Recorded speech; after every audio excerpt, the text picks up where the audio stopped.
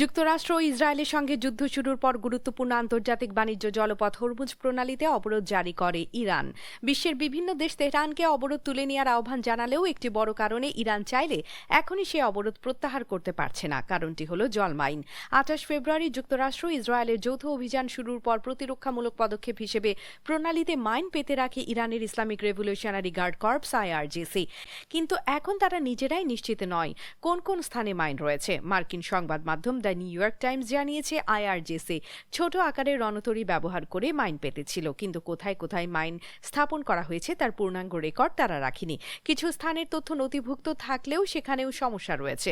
নথিভুক্ত মাইনের অনেকগুলোই সরে গেছে বা ভেসে গেছে, ফলে আগের অবস্থানে নেই। এ কারণে মাইন শনাক্ত করা এখন অত্যন্ত কঠিন হয়ে দাঁড়িয়েছে। হরমুজ প্রণালী বৈশ্বিক জ্বালানি বাণিজ্যের জন্য অত্যন্ত গুরুত্বপূর্ণ। বিশ্বের মোট জ্বালানি তেলের প্রায় 25% এই প্রণালী দিয়ে পরিবহন করা হয়। বাংলাদেশ, ভারত ও পাকিস্তানের মতো দেশগুলোর জন্য এর গুরুত্ব আরও বেশি, কারণ তাদের জ্বালানি সরবরাহের প্রায় 80% আসে এই পথ দিয়ে। এক মার্কিন কর্মকর্তা নিউ ইয়র্ক টাইমসকে বলেন, হরমুজে এলোমেলোভাবে মাইন পেতেছে ইরান।